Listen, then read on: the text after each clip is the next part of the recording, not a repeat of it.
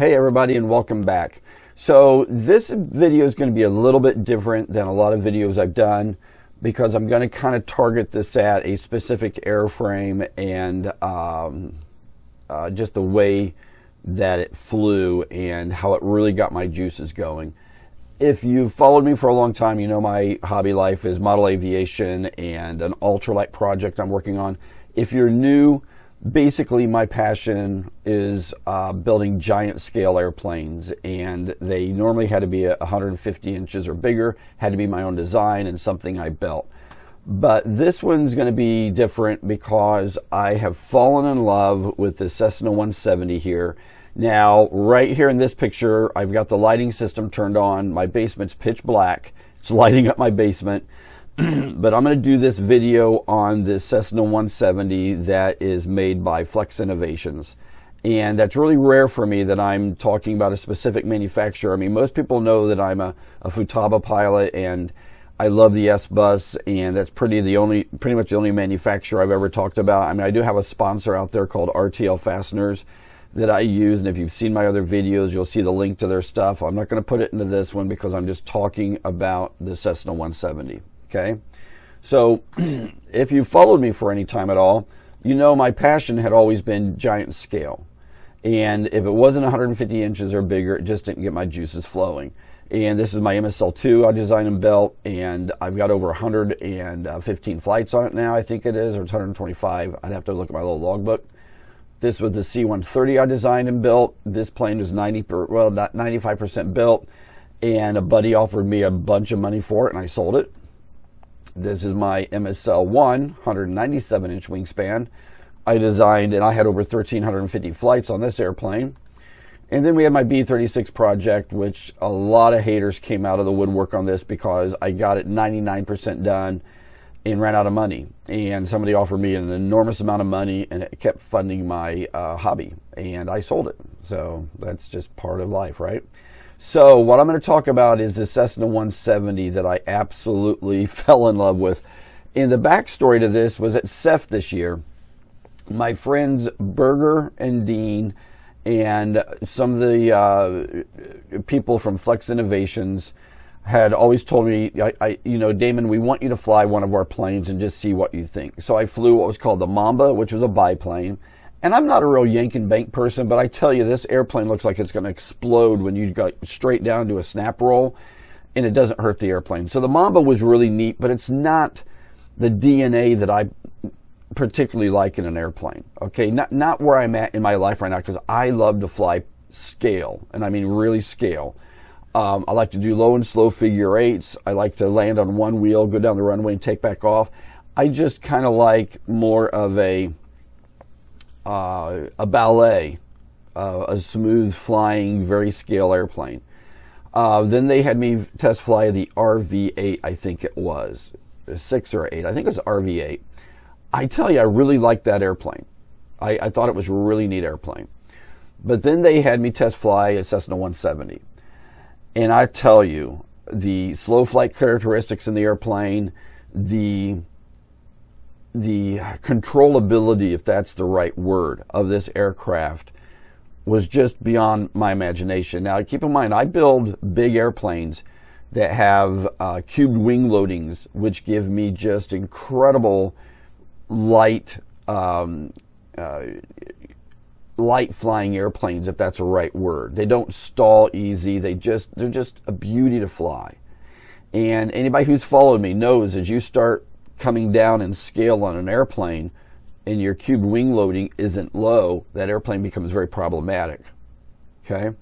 And if you don't know what cubed wing loading is, go find it on my YouTube. I've gotten more praise for that video from RC pilots than any video I've ever had because it makes them understand why smaller airplanes fly like crap, unless you make them light. But when I flew the Cessna 170, one of the things that I really loved about it is that it has a thing in it called the Aura 8. And I know there's a lot of people out there who say, oh, I don't want gyros and all that stuff. Well, you got cruise control in your car, you know. So here's the thing about and I shouldn't have used cruise control because the Aura 8 is not cruise control. You have 100% control of your airplane. And I'll show you in a video in a minute Now, unfortunately, there's no flying video I made of this. I'm just talking about my experience with this. I didn't want to show you a bunch of pretty flying video that everybody does these. I want to talk technically about this aircraft, okay? But the way the aura is that if the wind moves you, it compensates to try to keep you exactly at the state you were in. So if you're going through a turn and the wind bounces you around, it will fight that to keep it exactly where you were controlling it. So, and I'm probably not explaining it right, and it's so much more than that, okay? I mean, I'm not doing this video about the Aura 8. I'm doing this video about the Cessna 170, but it comes with the Aura 8, okay? And I'm going to show you there's some different conditions or different settings you can set it to do different things, which are just fascinating. And yeah, but let's make the screen a little bit bigger here and go to the next screen. So this is the specs I put together, okay? And this isn't just me copy and pasting from their website, okay? So the span is 86 inches, which is a big ass ARF, okay? And look, I'm going to talk at the end of this about ARFs because there's so many people that are just full of crap about ARFs, okay? Length is 60 inches. The weight is 9.25 inches pound, which is about 4195 grams. You need a 6-channel radio or better for this. I flew it on a 6S 5000. You can put a bigger milliamp if you want to. I mean, keep in mind what's installed. Everything's installed in this airplane except your receiver, okay? So it comes with a 540 kV motor, 100 amp speed controller. It's got a 16.6 electric prop, has 6 servos that are 83 ounce torque, which I was really surprised that this plane had that much power in the servos for this size plane. It's got some big ass 6-inch wheels, has the Aura 8, and it has a kick-ass lighting system, which is LEDs. The flying surfaces was the elevator, aileron, rudder, and flaps, which was just really cool. So if you look at the front of the airplane, it's got this kind of cool looking chrome thing, but I'm trying to get a picture of the motor in there, and it comes with that spinner. But keep in mind, this is a styrofoam airplane, okay? Hang on a minute, I'm going to pop back over to my other screen for a minute. So it is a styrofoam airplane. But there's a stigma that comes with people saying, oh, it's just a foam airplane. You know, it's like a cooler. This airplane is straight. This airplane is probably more accurately straight built. And I'm talking about the wings, the stabs, everything. This is one of the straightest airplanes. When I started measuring on it in my shop to just see if the foam does anything wonky, this is one of the straightest airplanes. I don't know if I could have built the plane quite this straight. I mean, this plane is just absolutely straight on. So the styrofoam part, even though there's a stigma there for it, it blew my mind. It blew my mind. So let's get back to the show. So when you think about just the size of this airplane and the way everything's laid out, so you've got the hatch there, and that's how you pop it open and you get to where you put your battery in. The speed controller is already installed, sitting in there. It's 100 amp. And somebody said to me, though, when I was talking about this, well, yeah, but Damon, you know, they're buying these ESCs and motors somewhere else and just putting their sticker on it. The entire industry does that. Nobody, well, Hacker does, okay, but and Castle makes their ESCs, but they're still, well, Hacker, I think, is having them made in their own little factory. I might be wrong, but I would guess Castle's getting stuff made in China. Maybe they're assembling it all here in America, but all of that is irrelevant as long as it works and it's good, okay? And I might be wrong. Castle might make theirs 100% here in the U.S., but this is rock solid stuff. And talking to other people, there were some early generation of these airplanes that had some fit and finish problems from what I understand, but my airplane was just perfect. Here's where the Aura is mounted. I had to put in my own receiver. Servos are already mounted. Just really clean. This is what the hatch looks like that goes to it. I was super excited with the wings. And these wings have some really neat little features that make it a really flyable airplane. Okay? I love the way that the wings just pop on and off. You know, basically, you have a kind of a quick release pin and 2 screws, and you can take the wings on and off. Right here shows just a couple of connections. And those screws come down from the top. It just slides right on there, folks. You plug it together. You could throw this in the back of your Suburban or your van and take it to the field and just be flying in less than probably 2 minutes. That's a little screw, and below it is a vortex generator, which I think they really work and work great on this airplane because of the way I was able to crawl through the air with this airplane. That's a carbon fiber spar that comes with it. So keep in mind, you've got a short carbon fiber spar. This plane has functioning wing struts. Okay, that's the spar going through the fuse, and it's a tight fit, which I was really, you know, I've been around a lot of airplanes that have loose spars, and I'm like, why have a spar if it's going to be loose? This little bit of a close-up on the strut here. This strut has quick release pins, which I absolutely love because you can just, I mean, you can take the wing on and off this airplane in minutes. Here's their servo, and these are all pre-installed, and they're basically, when you set this up to your radio, if you set your radio all at 0 trims and everything, you don't have to adjust anything. I was blown away how easy it was. And keep in mind, though, my buddy set this up for me, Berger, and they basically, I just watched what they were doing, and I was absolutely dumbfounded how fast. I mean, in less than, I think, an hour and 15 minutes, this entire plane was assembled out of the box, and we were test flying it. That's the aileron servos, and notice some more vortex generators. That's your big-ass wheels. That's not really the name, just so you know. I just called it big-ass wheels. This is your tail. You'll notice that little chrome-looking thing. That's a light, LED light that helps light the tail. I'm going to talk a lot more about the LEDs in a minute. That's a little bit of a close-up of the cute little LED. Hinges on the elevator slide in there and are really, really cool. Just everything. There's more vortex generators on the plane. And here are the vortex generators on the top by the flaps. More vortex generators by the elevator. This is your front hatch popped open, so you know what that looks like. That's the front hatch. It comes with a really cool battery tray that then slides into the fuselage and screws down, and you're ready to go. So actually, let me go back to that. Whoops. Pressing the wrong buttons. I really love this thing right here because I don't even take my battery out of this. I just pull it out of the airplane. It takes me 45 minutes to charge my battery, and I'm back in the air. Now, if I had 2 or 3 batteries, I, of course, would be changing it. But this is just slicker than snot the way it works. And here's what it looks like. You would slide your battery in there and screw it down. This is the bottom of the tail. I know somebody would want to know how that looks. And big old elevators, folks. Big old elevators. So what I want to talk about here for just a second and is the Aura 8. And I got it. How do I say this? I've got a little bit of egg on my face because I've never publicly told people that I wouldn't fly a styrofoam airplane, and I never publicly told people that I didn't need some kind of a flight augmentation system. Okay, but in myself, in my mind, I'm like, I don't want to own a styrofoam plane. But then, you know, I got my very first Corsair, which is my little, I can't remember who even made that. I've had that 10 years. Then I got my Rockstar biplane that I won in a raffle. That was a styrofoam airplane, and I'm like, hell, these are pretty cool. Then I got my Avante, my ducted fan, which is the coolest. I mean, I just love that airplane, which was styrofoam.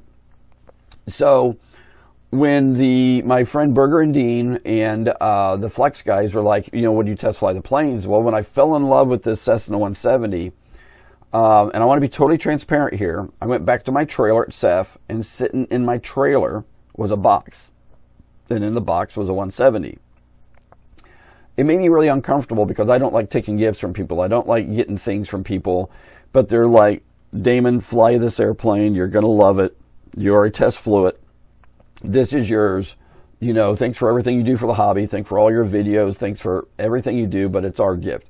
Now, nobody would admit who actually got it from me. You know, Dean said it wasn't me, Berger said it wasn't me, and Flex says, oh, it wasn't us, but a freaking box ended up in my trailer, folks. So we assembled it. I started flying it, And believe it or not, I flew this more than I flew my MSL at CEF. I mean, every time I had my battery charged, I went out and this was almost like, I don't know, I'm trying to think drugs they give people that calm them down. Is it Adderall or something?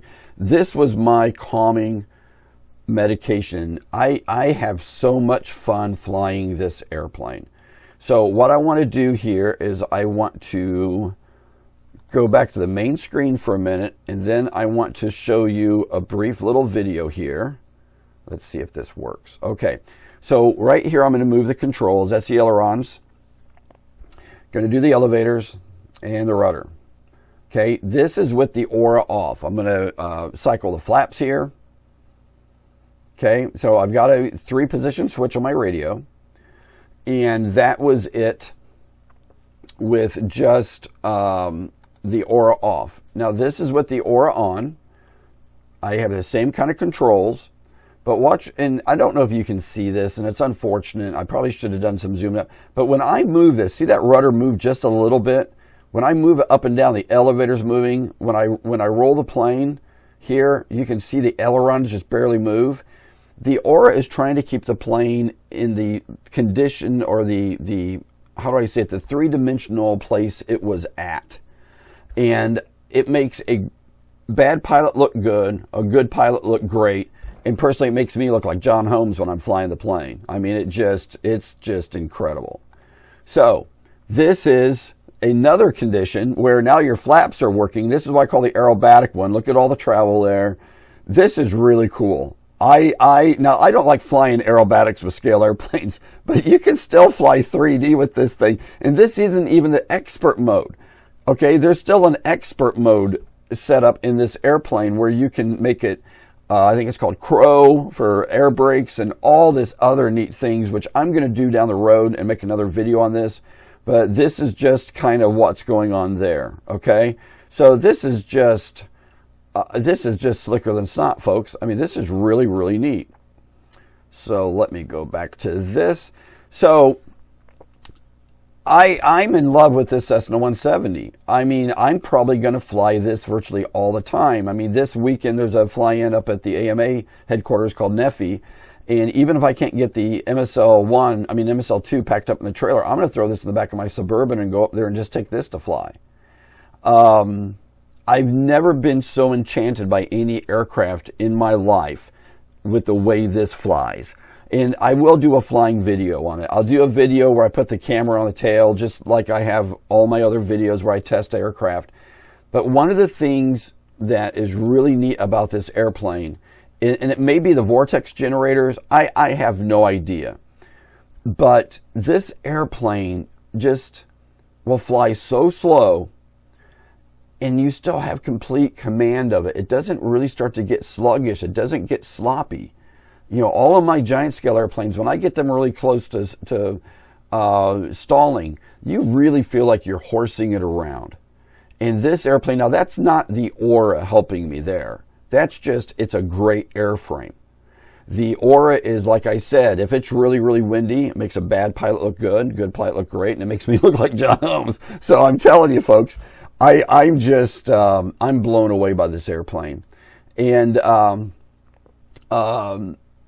I also now want to talk about the LEDs in it. So it comes with this neat little lighting controller in it. And if you leave this unplugged, it just means the lights are on when you plug it into a battery. You can plug a 3-cell into it, or if you're flying your 6-cell, it's actually got the, hang on a minute. You can plug it into the balance jack on your 3-cell battery. Or you can plug your 6-cell balance connector into this, and it turns on the LEDs. Me personally, I don't want the LEDs pulling from my flight pack. I don't know, and I need to research if the BEC in this or whatever would shut off my motor before the battery would drain down so much that I might lose my receiver. I need to research that. I don't want to speculate. You know my channel. I only want to tell you my experience. I don't want to speculate. But I had a blast flying this at night, and I'm not a nighttime flyer, and I am now. So this picture is in my basement, all the lights off, with a 3-cell plugged into it, and it lit up my whole basement. This is just, I don't know how to describe it, everybody. This is just slicker than snot. Now, I want to show you a little video of, this is just a little walk around with the LEDs on. And there's kind of like nav lights and a landing light that comes on when you plug in your ESC. And then these big LEDs that are in the wings and the fuselage, those come in when you plug in the balance jack or balance plug, or your 3-cell or whatever. Now my camera does some wonky things here. This is not the lights changing. That's not the lights changing. That's my iPhone XR596, whatever the hell it is, just getting wonky on me. But this is incredible, folks. I mean, this is just incredible. And look, I've built and designed just about everything the last 30 or 40 years, and I never thought one airframe would ever turn me on like this thing did. I mean, this is just incredible. So now what I want to do is I want to go into my full screen mode, and I want to talk a little bit about the people who say, I would never pay $600 or $700 for a styrofoam airplane. So look, I understand money is, how do I say this? Money is something that you personally either save for, or maybe you're rich and you have, or you just don't have. I'm not going to sit here and try to talk up or down who can afford an airplane that's $579 or $629. But I want to put this into some perspective for all you people that trash ARFs and trash styrofoam airplanes. So when you think about what comes in this airplane, you've got a 540 kV motor installed. If you look across the internet, you can get those for anywhere from 80 to 150 bucks. So I picked $110 as the sweet spot. 100 amp ESC. I only buy quality ESC. So if it was me, I would probably spend about $135 for an ESC. The prop you can get actually on Amazon for $8.99, a 16.6E. The servos, though, if you use like the high-techs, like I love, there'd be 6 of them at 83 ounces. You're going to spend about 35 bucks a piece. That's $210 in servos. Okay? You got the 6-inch wheels. Most of the time, those are 35 each, 70 bucks. The Aura 8 is 120 bucks. You don't have to have that, but I'm in love with it now because it makes me look like a rock star. Kick-ass lighting system. From all the lighting systems my buddies have talked about, they've done them anywhere from $10 to $100, so I threw 50 in there. And then you got all your miscellaneous stuff in there. And I shouldn't have just wrote wiring harness. This is the battery tray and all that other junk that goes in there. I put 40. So you come up to $743.99, and that doesn't even include the airframe. Okay? So when people start talking about the aspect of buying a styrofoam airplane for $579 or $629, and plus these aren't available right now till July. They have 2 issues going on. One is supply chain issues because of COVID not being over in China, and the other one is people just love this airplane. I mean, they've sold a lot of these airframes. But I want people to kind of think about, one of the things, let me go back to my main screen. One of the things about this hobby that is very uncomfortable for me is people watch me build some of my ginormous airplanes, and yes, some of them I have $3,000 or $4,000 or even more dollars in. But it's my only hobby, and I save forever to be able to do this. I mean, I got my Patreon, which, I do a couple of $100 a month on, which adds up. Okay, you add that up, that's, $2,000 a year. Okay,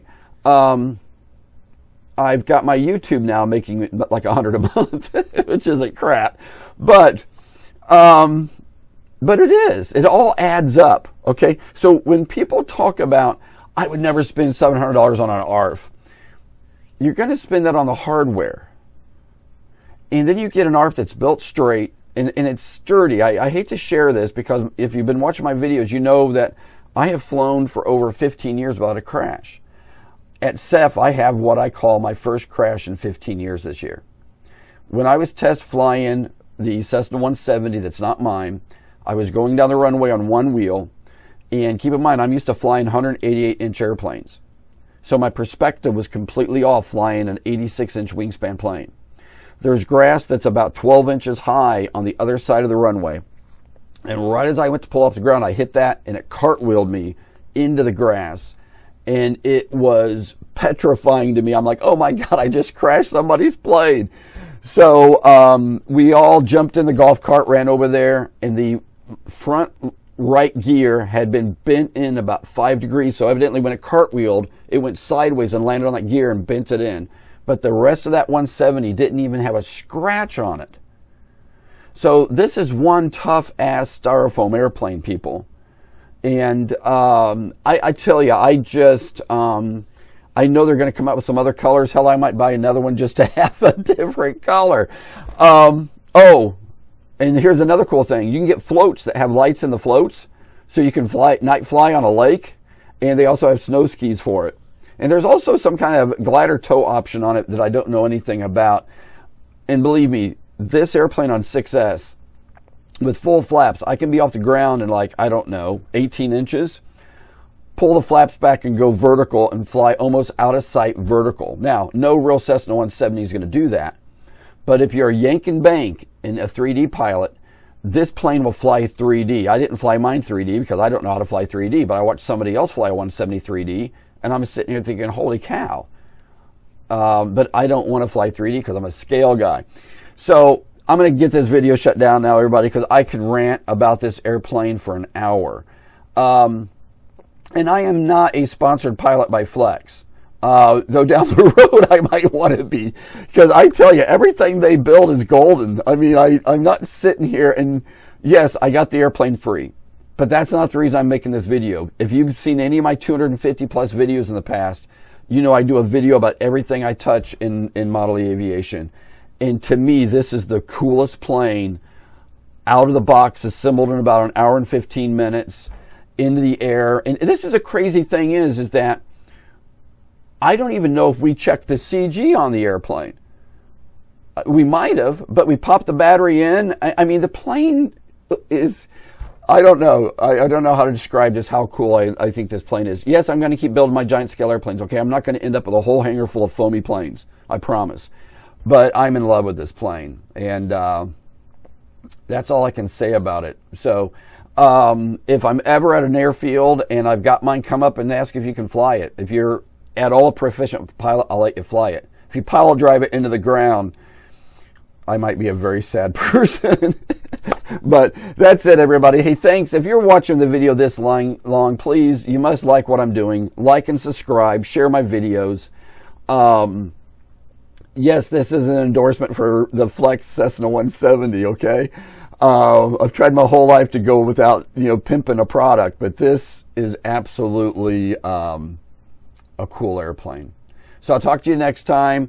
Some videos are coming up. I'm doing one on the wing washout, how that works on an airplane. I've had a couple of people ask me, I never heard about washout on a wing. How does that work? I still got an update coming on the B-36 because, I'm going through the series on how I built that. I am going to do an entire series on my C-130. I'm going to do an entire series on the MSL-2, how I designed and built that, and an entire series on the MSL-1. So I've got about 25 videos that will probably come up over the next 3 or 4 months. So rock on, everybody. Have a great day. Be safe, and take a kid flying, for God's sakes. If they sit in front of Call of Duty learning how to murder people all day, they're not going to understand angle of attack. And how are you going to fly an airplane if you don't know angle of attack? Rock on. Take care. Bye.